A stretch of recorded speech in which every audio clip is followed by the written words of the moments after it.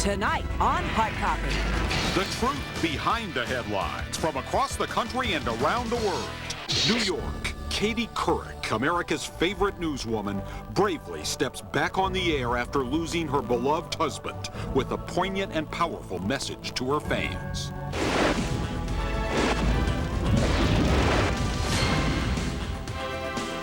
Hello and welcome. You're watching Hard Copy for Tuesday, February 24th. In Los Angeles, I'm Terry Murphy. And I'm Barry Nolan in New York, where Katie Couric is the Rockefeller center of attention. The NBC Morning Star is headed back to the Today Show set. Katie's courageous comeback is tonight's top copy. Millions of Americans woke up to some really good news this morning. Katie Couric was back in their living room.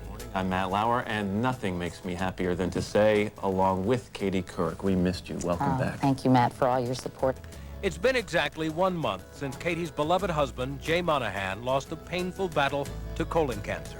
She wanted to talk about it, and despite her heartbreaking loss, she wanted to express heartfelt thanks. Words, of course, will never describe how devastating this loss has been for me and my daughters and all of Jay's family as well. But the heartfelt and compassionate letters and cards that so many of you sent to me were enormously comforting, and I'm so grateful. I'm also grateful to those who have made contributions to the National Cancer Institute in Jay's memory. Katie's courageous comeback was more than a show of strength. It was an inspiration to millions of people who are suffering from cancer directly or indirectly. She had a message for them. For all of you who may be struggling with a life-threatening disease right now and wondering how the world can keep going business as usual, just know that my heart goes out to you. It's such a private thing and such a hard thing to go through, losing a spouse or a family member, but for her to try and turn it into something that can help a lot of people, I think is really commendable. No doubt Katie was missed during these past few weeks. Just days after Jay passed away, she was scheduled to interview Hillary Rodham Clinton about the alleged Monica Lewinsky affair.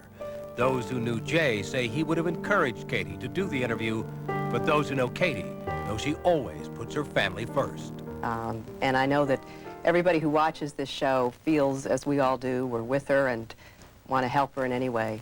I spent some time with her yesterday, and I know she appreciated your call. Thank you very much.